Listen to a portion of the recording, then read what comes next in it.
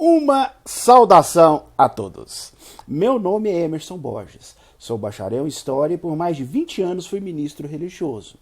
Sou o escritor desse livro, A Bíblia sob Escrutínio.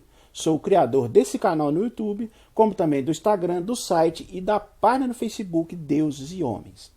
E hoje vamos continuar falando sobre as 12 evidências da inexistência de Deus. No vídeo anterior a esse, nós mostramos as 3 primeiras evidências da inexistência de Deus. Se você não assistiu ao vídeo anterior, eu vou deixar aqui na descrição desse vídeo o link do vídeo anterior para que você possa assistir o primeiro vídeo. E hoje nós vamos continuar mostrando mais algumas evidências da inexistência de Deus. Vamos começar com a 4ª evidência, que é o eterno, ativo e necessário ser não pode em nenhum momento ter estado inativo ou ter estado inútil. Isso mesmo. Se Deus existe, é eterno, é ativo e é necessário. Se é eterno, não se pode conceber que ele esteja enclausurado nos limites do tempo. Não se pode imaginar como tendo tido um começo ou que venha a ter um fim. Não se pode haver aparição e desaparição. Ele é de sempre. Se é ativo, segundo os religiosos, foi sua atividade que começou tudo que existe. Como foi sua atividade que se firmou pelo gesto mais colossal e majestoso que se pode imaginar, que é a criação de todo o universo. Se é necessário, visto que sem sua vontade nada existiria, ele é o autor de todas as coisas, o ponto inicial de onde saiu tudo, a fonte única e primeira de onde tudo começou. Então, analisando por esse ponto de vista, como os religiosos descrevem a sua deidade, ele basta a si próprio. Ele basta a si próprio. Dependeu da vontade dele que tudo fosse criado. Ele é, portanto, eterno, ativo e necessário. Mas eu vou demonstrar aqui para vocês nesse vídeo que esse Deus eterno, ativo e necessário, ele deve ser eternamente ativo e eternamente necessário.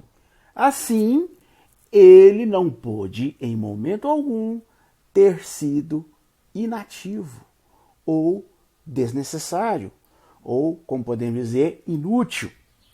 E se nós raciocinarmos, por esse ponto de vista, segundo a explicação dos religiosos, Deus começou as suas atividades com a criação das coisas.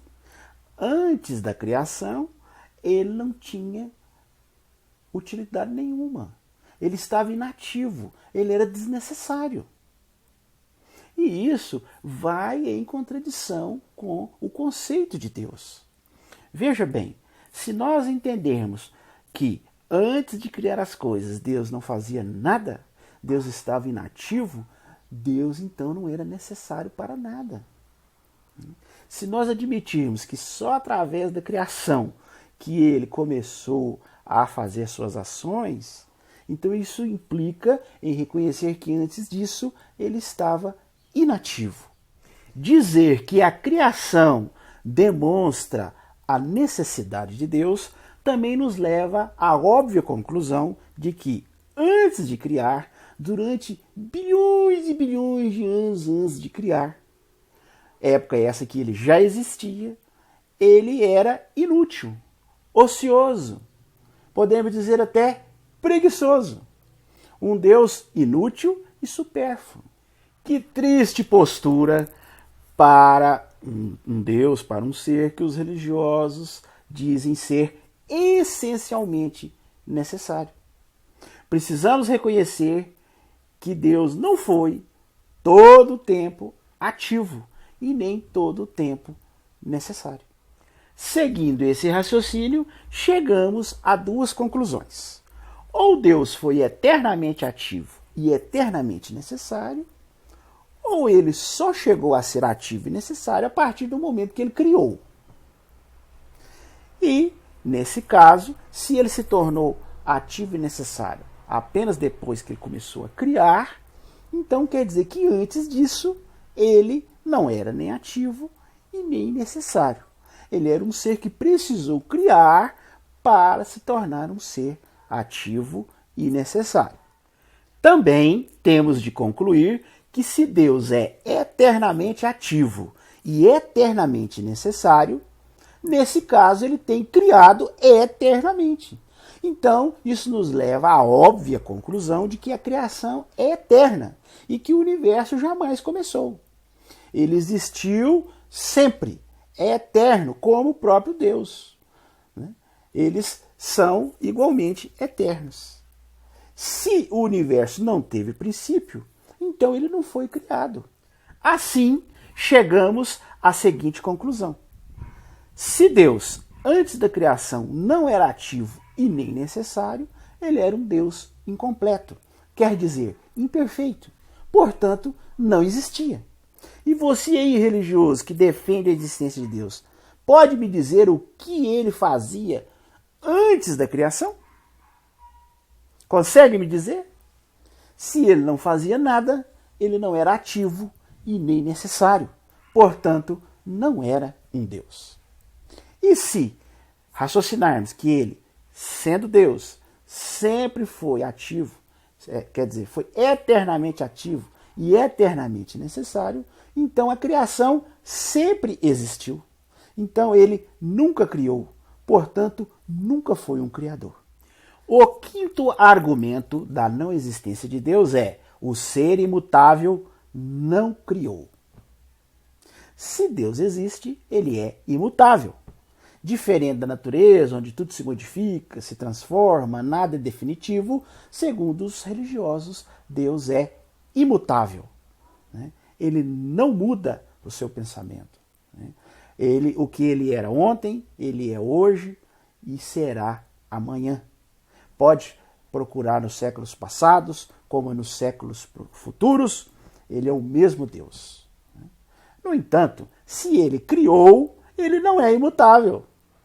Digo isso porque, se em determinado momento Deus resolveu criar, isso quer dizer que ele mudou de ideia. Ele tomou uma outra posição. Ora, é evidente que se há 48 horas atrás eu não tinha intenção de fazer algo e depois eu resolvi fazer, isso é uma prova contundente de que eu mudei. É muito evidente uma mudança num ser que quer uma coisa e, querendo, põe em execução essa coisa. Esse novo desejo ou querer constitui uma modificação que é indiscutível. Agir ou determinar-se a agir é modificar. É uma dupla modificação: querer e agir. Deus criou, dizem os religiosos. Então, eu digo para você, religioso, se o seu Deus criou, ele modificou duas vezes. Primeiro, quando se determinou a criar. E segundo, quando resolveu pôr em prática sua determinação, completando o gesto criador. O sexto argumento da inexistência de Deus é: Deus não criou sem motivo, mas é impossível encontrar um único motivo que o levasse a criar. É interessante isso, né? Vamos analisar sobre isso, pois a criação é algo enigmático nesse sentido. Porque se Deus criou, como dizem os religiosos, e se ele fez esse ato grandioso, né, então ele teve que ter uma razão. Pois bem, eu vou perguntar aí a você, religioso. Qual foi essa razão? Por que motivo Deus tomou a resolução de criar? Que motivo o impulsionaria a isso? Que desejo germinaria em seu cérebro? Ou em seus pensamentos? Qual seria seu intuito? Que ideia o perseguiria? É interessante essas perguntas, né? Porque a gente tem que examinar todos esses aspectos e todos esses sentidos. E eu desafio você, religioso, a me dar uma resposta coerente para isso. Uma criança que é educada na religião cristã, se ele perguntar aos seus mestres de catecismo lá na igreja, quando ele é doutrinado na religião, né, que motivo levou Deus a criar? Né? Suponhamos que essa criança faça essa pergunta, né? Por que é que Deus me criou? Por que é que Deus me lançou no mundo? Com certeza ela está esperando uma resposta racional, mas ela nunca terá essa resposta. Né? Porque mesmo que essa criança confie no padre, no pastor que está ensinando ela, acha que essa pessoa tem sabedoria para responder isso, a única explicação que essa pessoa vai dar é a seguinte: não, isto é um mistério de Deus. Eles vão dizer isso porque, na realidade, não existe uma resposta razoável e nem sensata a essa pergunta. Raciocine comigo, né? Deus, segundo a teologia, segundo dizem os religiosos, ele só existia ele. E ele bastava a si próprio. Ele era perfeitamente sábio, perfeitamente feliz, perfeitamente poderoso. Ninguém pode lhe acrescentar sabedoria, ninguém pode aumentar a felicidade dele, ninguém pode dar mais poder a ele. Então esse Deus não experimenta nenhum desejo, visto que sua felicidade é infinita. Não pode perseguir nenhum fim, visto que não falta nada à sua perfeição. Não pode ter nenhum intuito, visto que não falta nada ao seu poder. Não pode determinar-se a fazer o que for, visto que não tem nenhuma necessidade. Então eu pergunto aos filósofos profundos desse mundo, aos teólogos, né, aos grandes estudiosos, eu pergunto: o que levou Deus a criar o universo, a criar o mundo, a criar o homem? Eu estou tranquilo em responder que não há resposta lógica e razoável para isso. A única resposta que se encontra essa pergunta é: os mistérios de Deus são impenetráveis.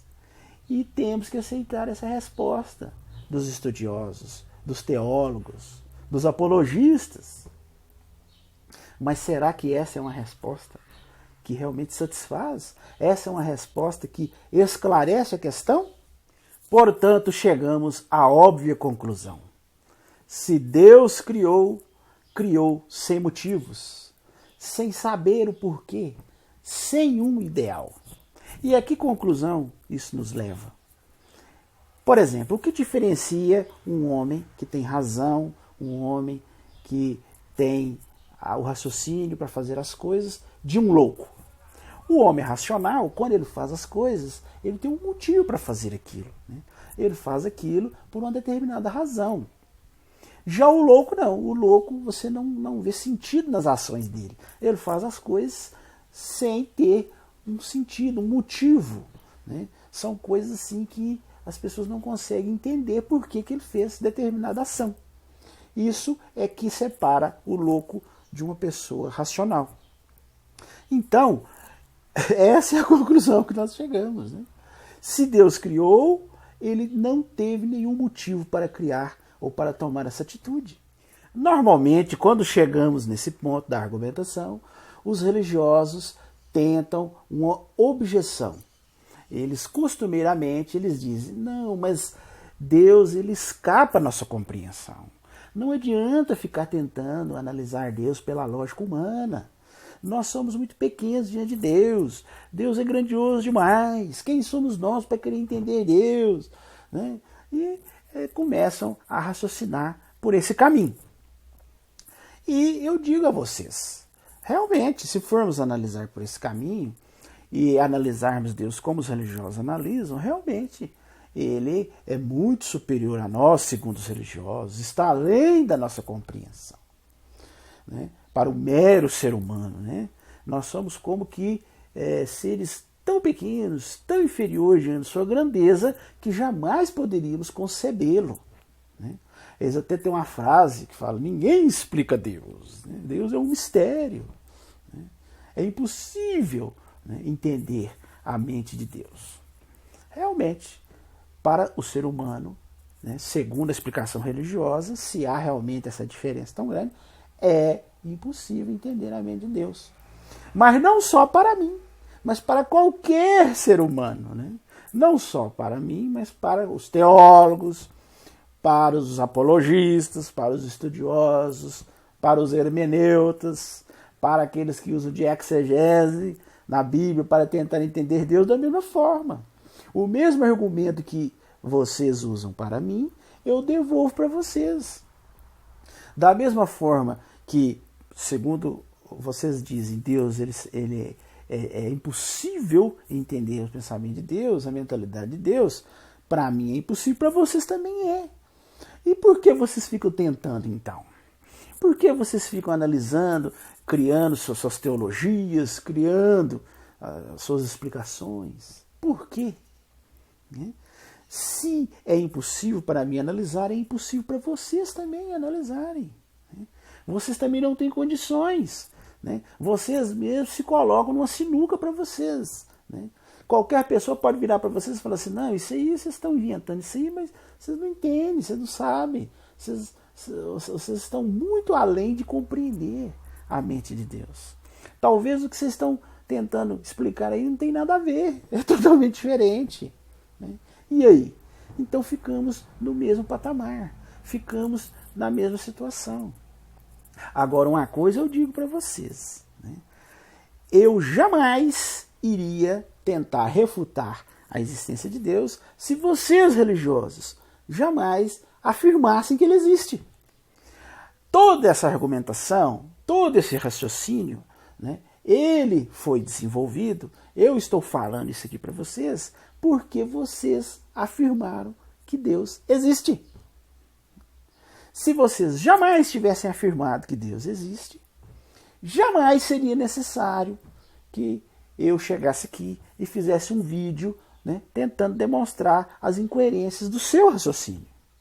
Portanto, eu digo a vocês, teólogos, se eu jamais tivesse me deparado com essa afirmação de vocês, que Deus existe, se eu, quando criança, não fosse exposto a esse ensino, se quando adulto não tivesse ouvido essa afirmação de vocês, se como homem que sou hoje, não estivesse vendo constantemente templos e igrejas sendo erguidos a esse Deus, eu jamais estaria aqui tentando refutar essa afirmação.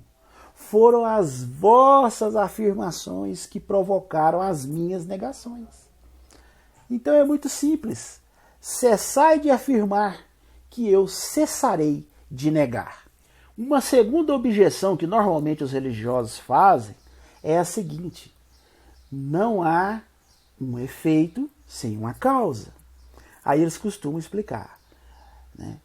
Deus é a causa, o universo é o efeito. Se existe o universo, ele tem que ter uma causa, e essa causa é Deus. Né? Já ouviu essa objeção dos religiosos? E eles falam muito isso. Mas, realmente, né, se a gente analisar assim superficialmente, tem que ter lógica isso, né? Porque, poxa, se o universo existe, ele tem que ter uma causa. Né? E essa causa só pode ser Deus. Né? Bom, mas aí eu pergunto a vocês, religiosos, quem disse que o universo é um efeito? Você conhece profundamente o universo? Você estudou profundamente, examinou, investigou e compreende a natureza do universo? Você já penetrou nas entranhas do universo? Explorou os espaços incomensuráveis do universo? Eu posso dizer que o ser humano não consegue nem chegar nas profundezas dos oceanos que estão aqui no nosso planeta. Agora imagine descobrir todos os mistérios e enigmas do universo. Você já andou por todo o universo? Você já foi até os confins do universo? Já sentiu, já tocou, já entendeu, já observou, já afrontou tudo que existe no universo? Me responda com sinceridade. Não temos mais nada a aprender sobre o universo? Será que estamos em condições de fazer uma análise plena e definitiva do universo? Veja bem, nós seres humanos não conseguimos nem entender plenamente o nosso planeta. Como podemos ter a arrogância de afirmar que sabemos tudo sobre o universo? Que podemos afirmar com absoluta convicção que o universo é um efeito? E se eu disser para vocês que o universo é a causa? Muitos religiosos vão dizer, mas isso é um absurdo. Como que o universo pode ser uma causa? Né? Com certeza muitos religiosos vão protestar. Mas será que a minha afirmação é tão descabida assim? Quando observo o universo, né, e observo o homem contemporâneo, observo os conhecimentos adquiridos, eu verifico que realmente há um conjunto inacreditavelmente complexo e denso de informações, uma confusão impenetrável e colossal de causas e de efeitos que se determinam, que se encadeiam, se sucedem, se repetem. Então, eu vejo que tanto a afirmação de que Deus é a causa e o universo é o efeito, como você afirmar que o universo pode ser a causa, ambas as afirmações, né, são afirmações que não podem ser provadas, mas também não podem ser questionadas, devido à limitação de nosso conhecimento. Quem conhece todos os mistérios do universo para dizer que o universo é um efeito e não uma causa? Você conhece para poder afirmar com tanta certeza? E outra coisa também. Suponhamos que o universo seja um efeito e que Deus seja a causa. Então, obviamente, não existe efeito sem causa, né? Mas também o inverso é verdadeiro. Não existe uma causa sem um efeito. Se Deus é a causa, tem que existir o efeito. Mas eu digo a vocês, qual era o efeito de Deus antes do universo? Antes dele criar o universo? Que efeito ele tinha? Sabe me responder? Segundo os religiosos, ele não tinha criado nada. Não havia efeito algum. Você consegue conceber uma causa sem um efeito? Portanto, não pode haver causa sem efeito. Por quê? Uma causa sem efeito seria uma causa do nada, o que seria tão absurdo quanto um efeito do nada. Se nós afirmamos, e os religiosos gostam de afirmar, que Deus é uma causa e que ele é eterno, então nós temos que concluir que o universo, que é o efeito, também é igualmente eterno. Visto que uma causa eterna corresponde a um efeito eterno. Se o universo teve um começo, então isso quer dizer que antes desse começo, os bilhões e bilhões de anos antes do começo do universo, a causa, que seria Deus, não teria um efeito. Seria uma causa sem efeito. E isso é um absurdo. Da mesma forma que um efeito sem causa é um absurdo, a causa sem um efeito seria igualmente um absurdo. E se o universo teve um início, antes do início Deus era uma causa sem efeito. Portanto, concluímos o seguinte: se Deus é eterno, o universo também o é. E se o universo também é eterno, é porque ele nunca teve um princípio. Ele jamais foi criado. Então, não existe um Criador. Essa é a conclusão óbvia que chegamos. Não há como sair, né, dessa conclusão. Vamos parar por aqui hoje, nossa análise, para que o vídeo não fique muito extenso. Hoje nós já analisamos mais 3 argumentos da inexistência de Deus. No próximo vídeo, vamos analisar mais alguns argumentos. Se você gostou, não se esqueça de dar o joinha aí no nosso vídeo. Estoure esse like aí para nós. se inscreva em nosso canal. Clique aí, ó, no quadradinho aí, ó, e se inscreva em nosso canal. Comente, compartilhe e não se esqueça de acionar o sininho de notificações. E se você acionar o sininho de notificações, sempre que a gente subir um vídeo novo, você será notificado. Inclusive quando fizermos o prosseguimento dessa série, né, que eu calculo que dentro de uma semana nós vamos fazer mais um. Assim que a gente subir, você será notificado, para que você continue a analisar as evidências da inexistência de Deus. Nós já fizemos 2 vídeos, inclusive tem o link do primeiro aqui. Se você não viu, você pode assistir.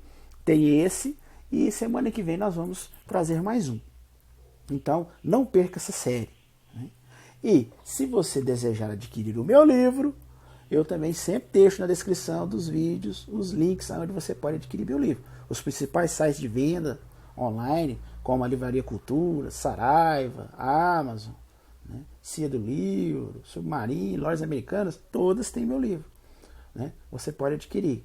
E você pode adquirir também através do meu site, diretamente no meu site, www.deusehomes.com.br. Você acessa meu site e você pode adquirir o meu livro diretamente do meu site, ok? Além disso, no meu site há inúmeras matérias, vídeos, cartoons. É muito interessante. Dá uma olhadinha lá, www.deusehomes.com.br.